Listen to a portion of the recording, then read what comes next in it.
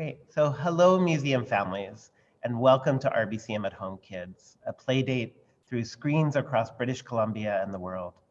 The previous sessions are recorded and you can find them on our Royal BC Museum YouTube page. My name is Chris O'Connor and I'm a learning program developer at the Royal BC Museum. The museum and my home is on the territory of the Kwanghan-speaking people, the Songhees and Esquimalt nations here in Victoria on Vancouver Island. I'm an uninvited guest on this territory and grateful to live, learn, raise a family on this land. So April is National Poetry Month. So today, not just today, but particularly today, we're celebrating poetry and the power of words. And that power, if you're reading or listening to poetry, might be the power of feeling things, having an emotional response to what you're reading or listening to, or making you think about something differently in a way that helps you see the world in a new way. That's powerful stuff. And if you're a poet, that has its own kind of power, or like Nisha, you were saying, empowerment. Maybe it's feeling connected to a community of creative folks. Maybe it's being able to express your deepest thoughts and feelings in a way that makes you feel good, or healed, or feel joy, or just makes things feel a little less hard. So today we're joined by one of the most wonderful poets in Canada, Nisha Patel. Nisha is a queer spoken word poet and artist. She's the City of Edmonton's 8th Poet Laureate and then 2019 Canadian Individual Slam Champion. She's a prominent organizer and community builder, and she just put out a new book called Coconut, which I bought yesterday. And she's virtually in town for Victorious Voices, or Vic Voices, which is a festival of spoken word poetry here in Victoria. Tonight is the last night, and the tickets are free. We'll put a link in the chat in the comments section. Definitely join in if you can. Some of the most amazing youth poets in the city will be doing their thing. So we hope that you could check that out. And in the meantime, we're so glad that you're here to join us. And Nisha, welcome. So pleased that you're able to join us for RBCM at Home Kids. Yeah, excited to be here. And you said that you're from the dinosaur capital. So you're in Edmonton right now. Is that right? Yep, I'm in Edmonton, which is Treaty 6 territory, the traditional lands of many different Indigenous peoples, including the Métis Nation Region 4, as well as one of the largest populations of Inuit people south of the 49th parallel. So very exciting place to be in. I am also a settler on this land, and I have my family here, and I'm grateful to share space. Great. So I was thinking, Nisha, that a lot of our participants are joining in, maybe are like 5 to 10 years old, maybe a little bit older. When you were that age, what did poetry mean to you, or what does writing mean to you? How did you start to enter into this world of poetry? I really liked reading. I used to actually have to hide and read a lot of the time, so I wouldn't have to do like my chores or clean up my bed or anything like that. I would also pretend to go to sleep and then stay up late with a flashlight to read books, which is you see it on TV sometimes, but I really had to do that because I just really loved reading, and I didn't write for a long time, but I would go to the library and take out as many books as you were allowed and then try to see how fast I could read them. And so I read the Magic Treehouse series a lot. I don't know if that's still around, but that was a favorite of mine. And then later on, I started reading Harry Potter books, and that was something I really loved. Mm-hmm. Great. And then you said it was a little while later than you started to write. Yeah, How I old were you? started writing when I turned about 13 or 14, and then I actually gave it up for 10 years.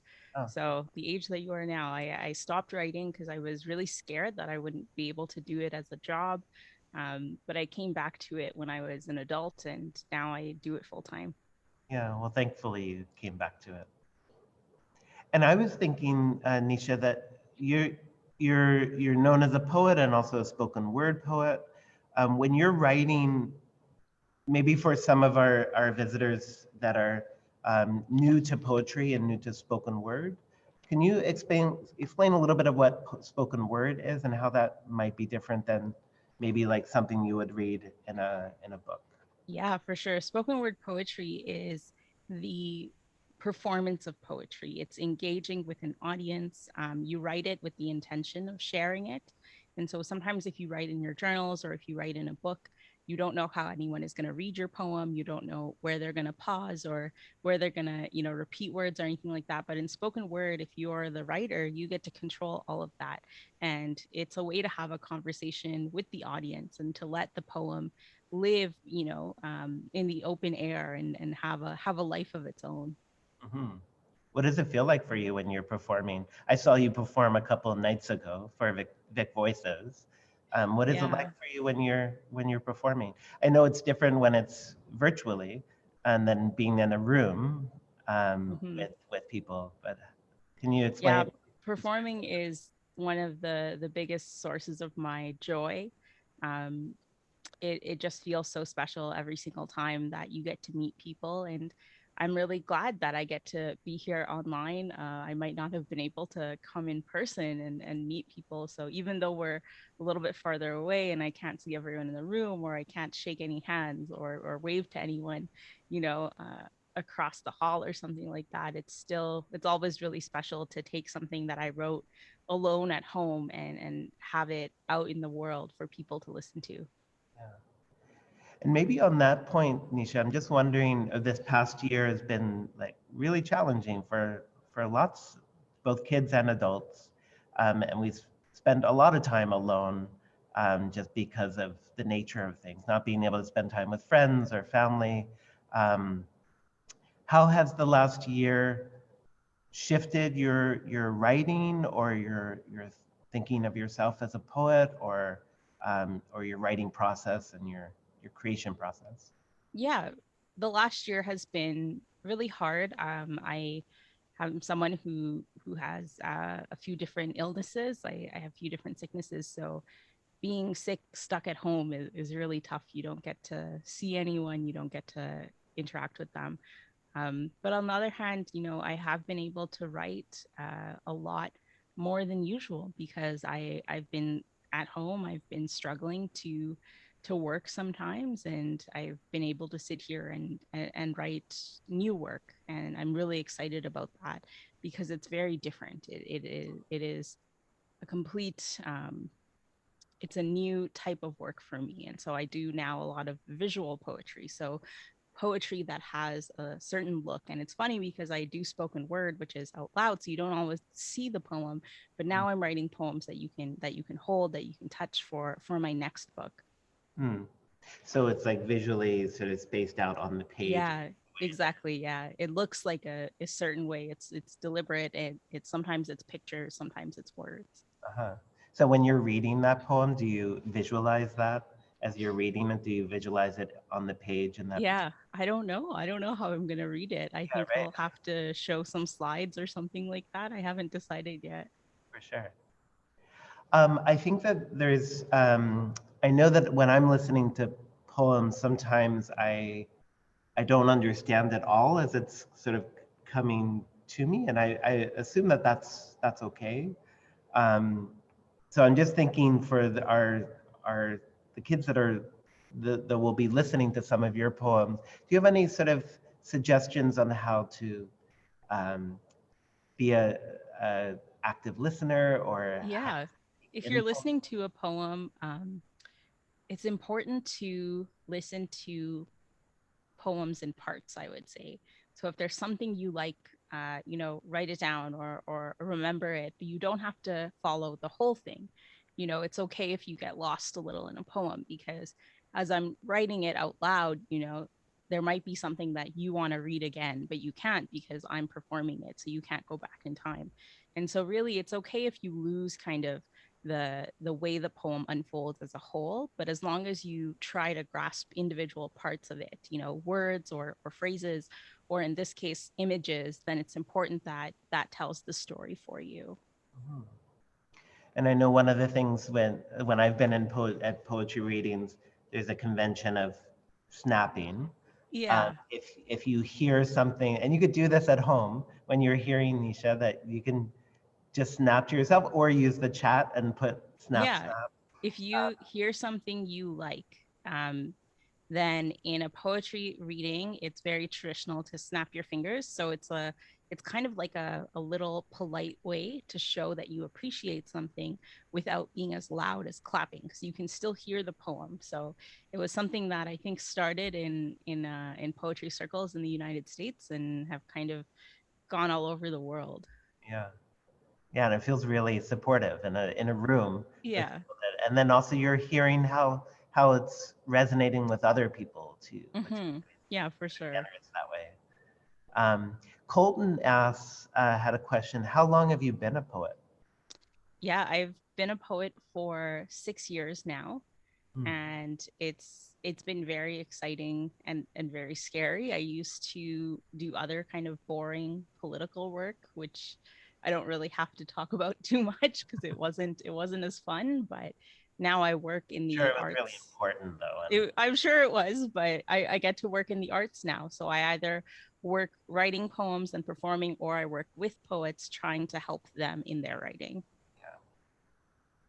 So if it's okay, we'd love to hear Yeah, something. I'm more than happy to share some poems. So one of the things I do as a poet is I sometimes I'm asked to write poems to celebrate big events.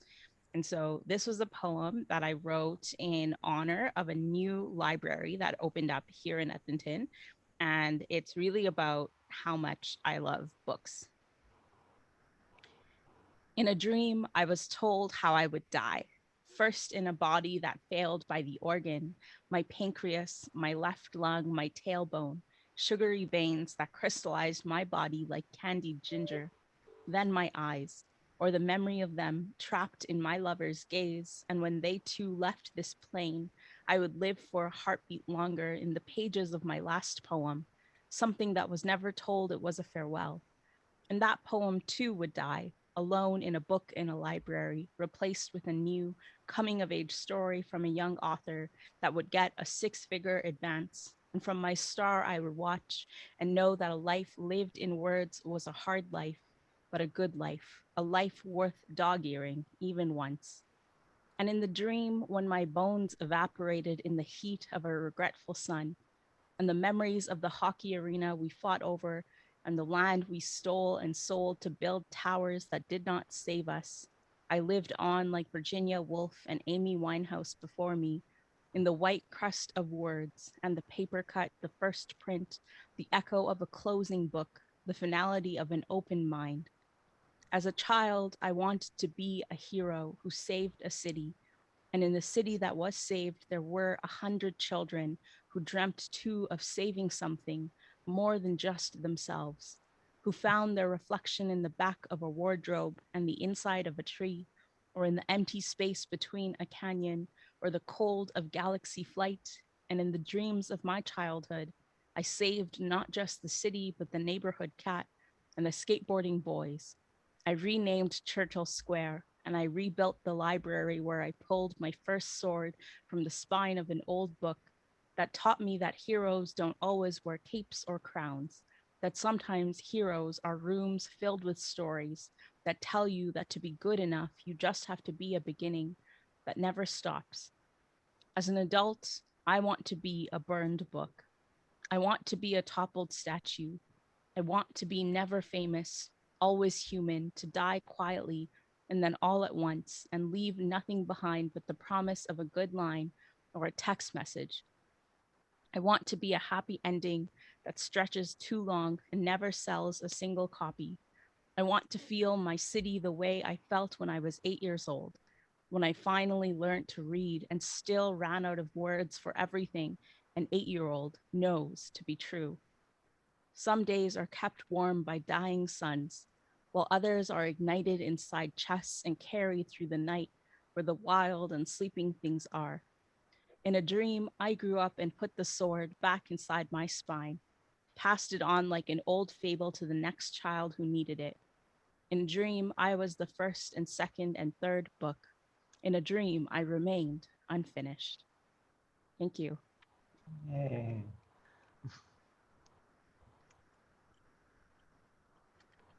Thank you. That was amazing. Um, it feels weird to talk after a poem. Like it feels like it should always wait like 5 minutes, 5 minutes to Yeah. let the words sort of continue reverberating within the space. Um, Tosh says awesome in the chat. And I imagine like so many points, kids all throughout BC snapping their fingers. Yeah. Um, I'm just pretending there's like a room full of you who were cheering and laughing at the same time. we just got some snaps in the chat. Great. I love it. Um, there's a couple of lines, if it's okay, just I'm sort of channeling a little bit the maybe what others resonated with others as well. The um, for a heartbeat longer, um, dog ear and paper cut, and the first sword from the spine of the book, and then putting that Hmm. back. And that idea of the, or at least for me, the way I heard that was that the like from a library, taking the book out and putting it back and being that Hmm. sort of like that chain of using books and being influenced by books and inspired by books. Hmm. Yeah, like books are just, I think when I was younger, I think I had a few friends, but I wasn't always like I wasn't always good at being a friend. But a Mm, book was always there for me, like I could read a book everywhere, anywhere. Unfortunately, my parents really hated that. I used to take them to parties. I would smuggle them in my coat or in a purse, and I would find a corner and I would read, and it was my favorite thing to do, and I wanted to show how much books meant to me in this poem and how important they are to who I am. yeah, and lovely that you as an 8-year-old, and I'm sure there's a lot of 8-year-olds out there that listening to that too.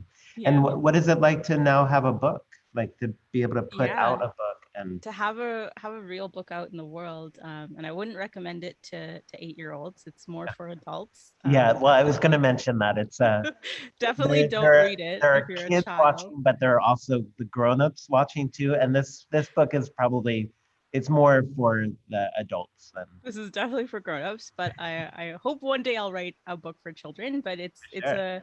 it's very cool to have a book that has my words in it. Like some of us, we have ideas that we write down, and then we get caught up in working, and we get caught up in taking care of our parents or taking care of each other or going to school and coming home and doing chores and all of that. And to be able to hold a book is so special because it means that even with all the other things we had to do, we were able to achieve this small thing. And it is small, right? Sometimes someone might read it once and then never read it again, and that's okay. Like I'm happy that it exists, and if it brings someone comfort one day, then I'll continue to be happy about it. And maybe the new books will come in next year or the year after, and people won't read mine anymore, and that's okay too. Yeah. I I've only had it for a day, but it's been really powerful already. Um, and I Great. was just thinking of there's so much powerful politics within it as well, like really important messages that are embedded, both like personal and Yeah.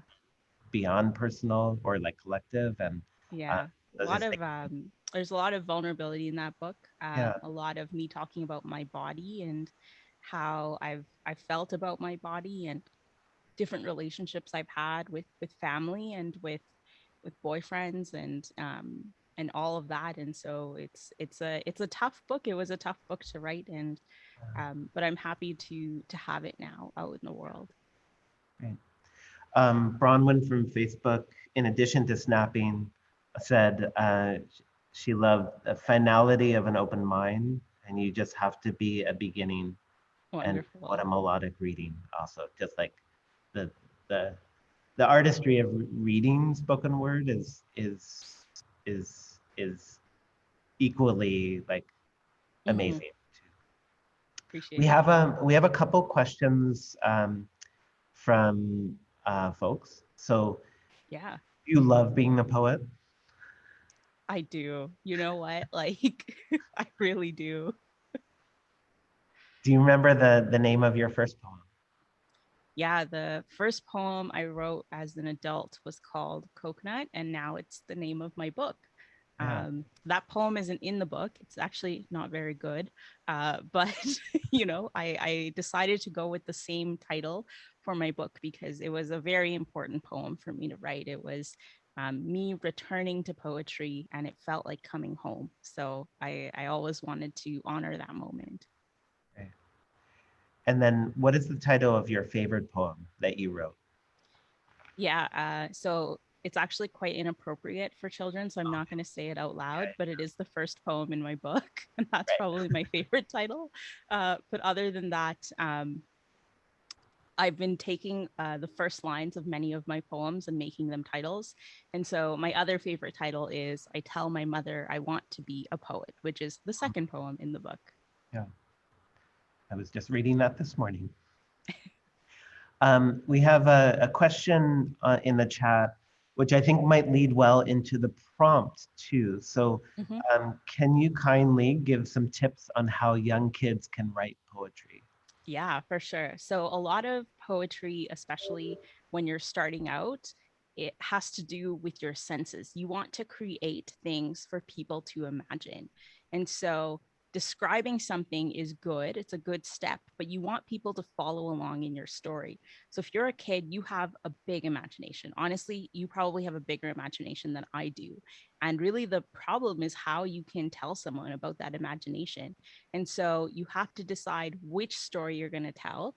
You have to use your senses to tell that story. So if you're dreaming of a kingdom with dragons, right, with knights or soldiers or something like that, then you need to tell me, like, what are you seeing, who's in this kingdom, and what's happening in that one moment.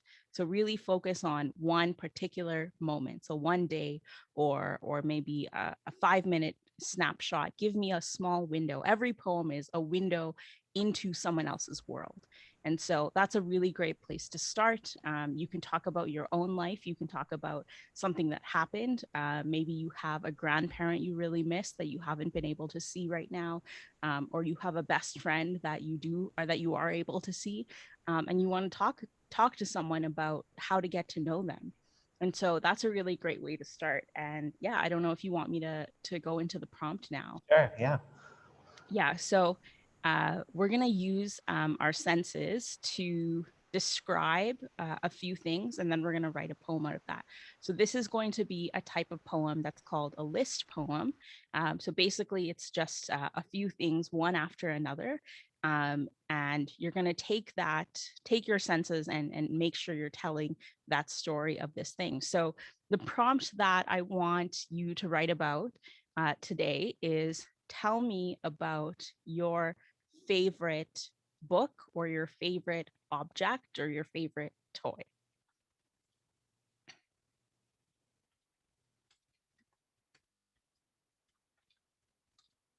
And I'm just going to write it down. And the way I want you to do it is to use your five senses. So I always have to write them out because I forget them. I forget which one is which. So sight or your eyes, smell, touch, taste. Oh, I'm forgetting one. Sound. There we go. So I want you to think of a few examples for each one. But if you had to tell someone else about this favorite thing, let's say you've been stuck at home and you're telling someone on the phone about this thing that you love, tell me how you would describe it. And so the poem is going to be the title of your favorite object, and the poem is going to be your description of those five senses. So for example, if it's like my water bottle, Yeah. then it would be water bottle, and then the first is sight, so like shiny, maybe? Hmm. Yeah, Just you as an could definitely example. do, the bottle. You could say the bottle is shiny, or you can just say shiny, right? Uh, It doesn't have to be, you don't even have to use a full sentence. You can just use words if you want. right.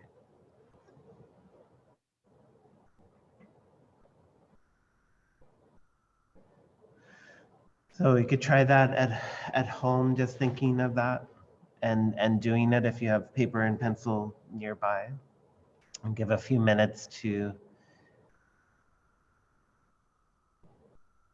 It helps It's a really nice prompt, if Nisha. you have it with you, you can touch it and feel it as well. And yeah, it's a fun one. So Yeah, I was even, and I don't know if my poem would be about a water bottle. Probably not. Like I'd probably pick something else, but yeah, even just picking it up, I was feeling how cold the water is. yeah, I was kind of surprised by that, even though, so that touch one might be about hmm, the surprising cold. Or yeah.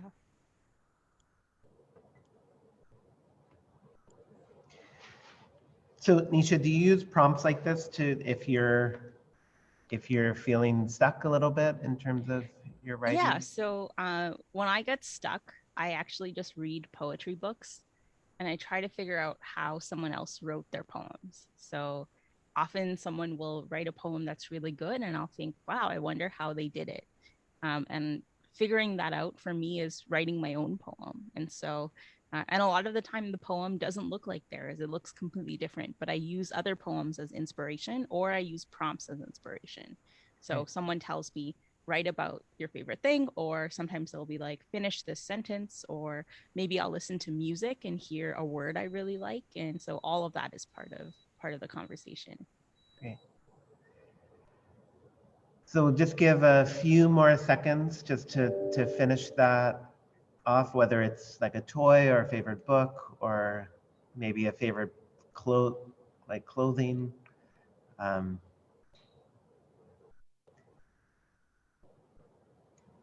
and then I was wondering, Anisha, if you have one more poem before we end. Yeah, for sure. I would definitely love to share a poem.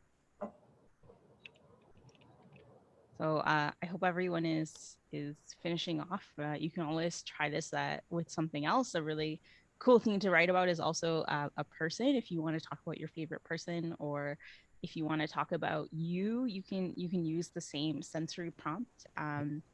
Yeah, I'm gonna read a Be a nice poem. like birthday card to someone. Yeah, exactly. A Little lot of poem. you can show a lot of love and a lot of Yeah, care.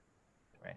Okay, so this poem, um, it's been a tough year for a lot of people, especially if you're in school. It's been tough, and this poem is really about how we can take care of one another and give back to the community, do our part to keep each other safe.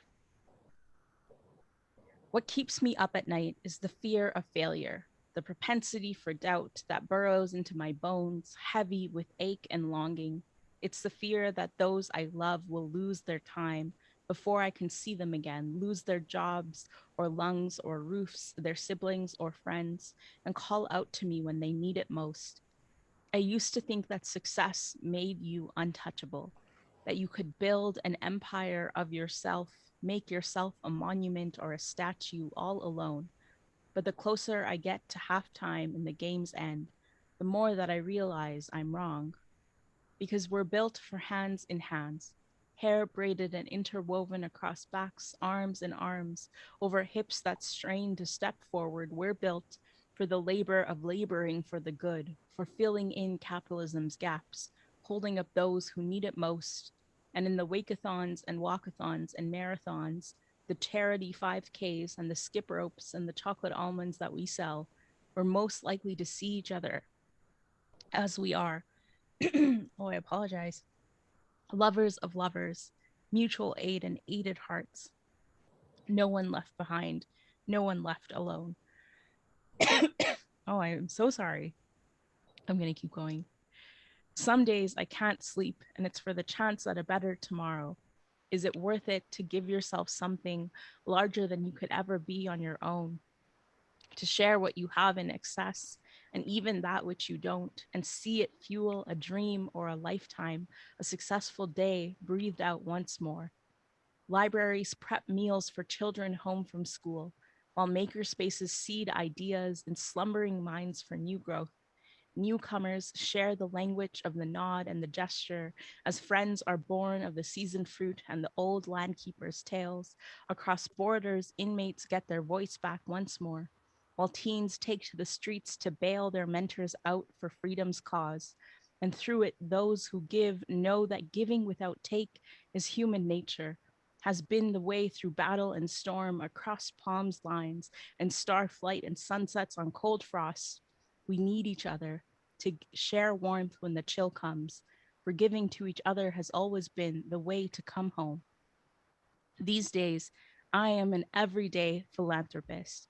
I keep nothing and everything close to my chest, wear my time thin, give until only the sun can wake me, sleep soundly with the thoughts of reaching for those around me, touching light, offering ear and back so we reach the end, a fish in a school, humanity a sea or an ocean's depth. The people are more a solution than we've ever been the cause. When we move step by step, this I know to be true. Somewhere in a cold room, a lonely heart beats until the footsteps down the hall ask it to open palms. My hand offers a paintbrush, a safe home, an invocation, a new hope that tomorrow each of us face the day together. Thank you.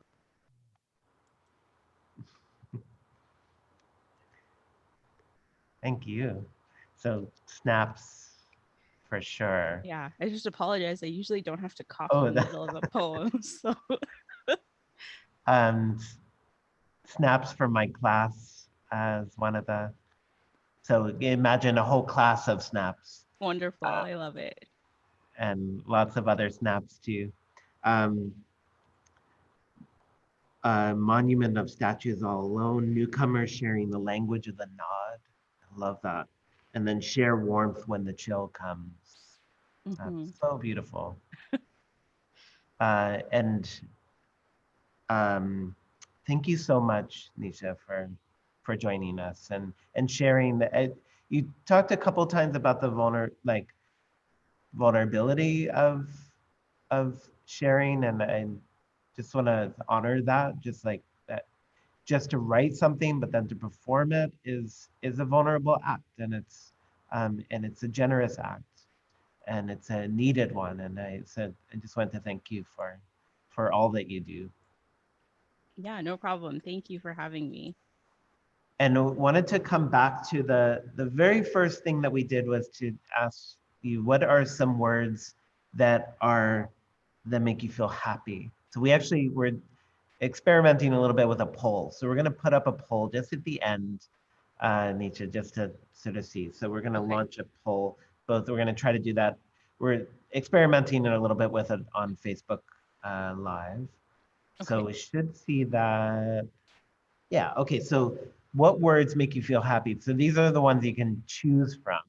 Maybe they all do, but if you had to pick one, kind, tulips, sunshine, family.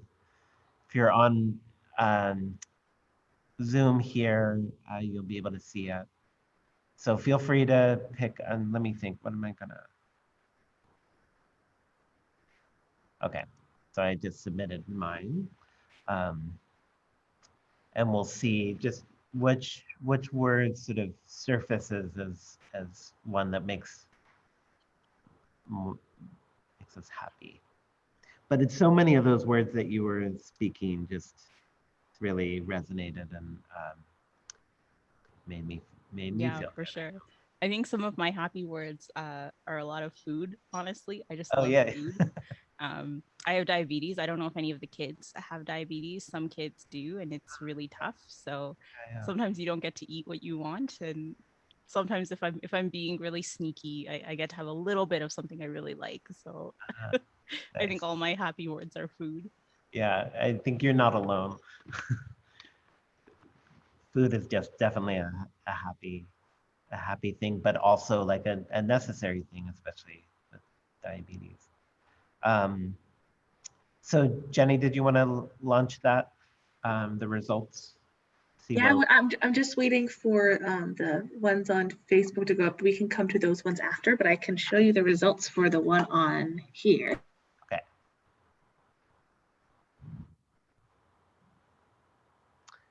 Okay, so family, kind, 27%, tulips, 7%, sunshine, 20%, and family, 47%.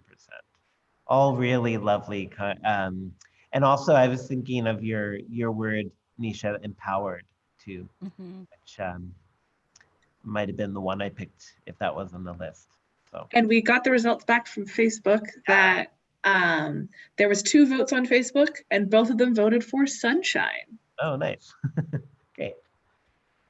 All right. Well, for those on Facebook Live, thank you for joining in. For those on Zoom, thank you for joining as well. And Nisha, again, it's such a pleasure to have you here. We're going to stop the Facebook Live feed and stop the recording now. And then